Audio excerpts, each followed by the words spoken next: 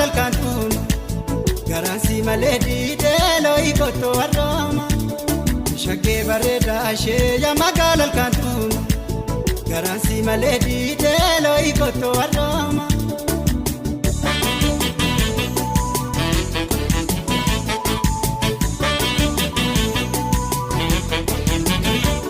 Robalee kaba koloo dilboboone buura eda zaaniko mata beeko gaggolboo simbontole suma eegayaanimo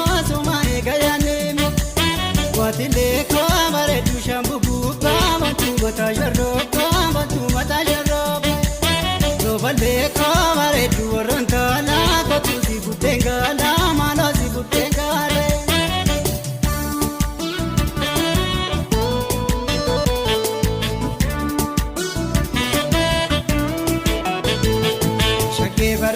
Shee yaa magaalal kantuun garansi malee diidee ikoto arrooma shaggee bareedaa ishee yaa magaalal kantuun garansi malee diidee ikoto arrooma.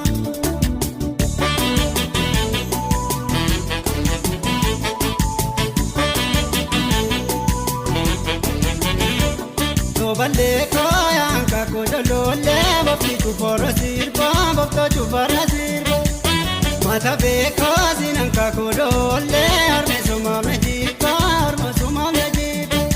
robalee koo antatti duuba dollaa yaa godobbo zamboote mata beeko nangatti suuta gallaa ishee kallobbo nashaate ajarbobbo nashaate.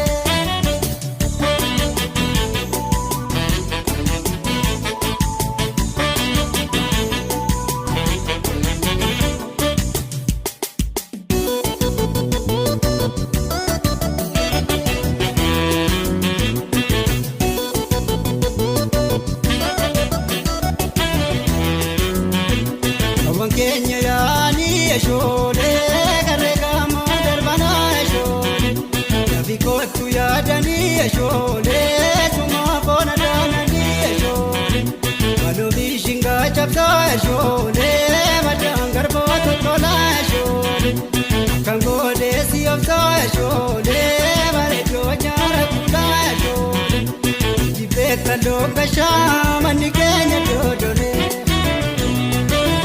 Kalmoo fardaana kubeera keekole kalloon gashaa manni keenya doodore kalmoo fardaana kubeera keekole.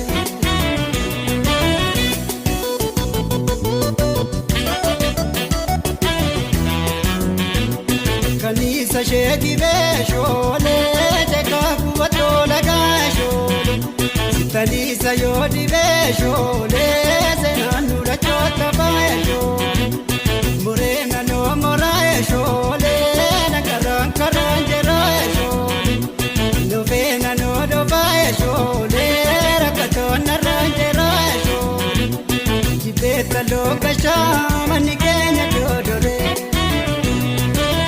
kalmoo fardaana kubeera keekolee. Kaloo gashaa manni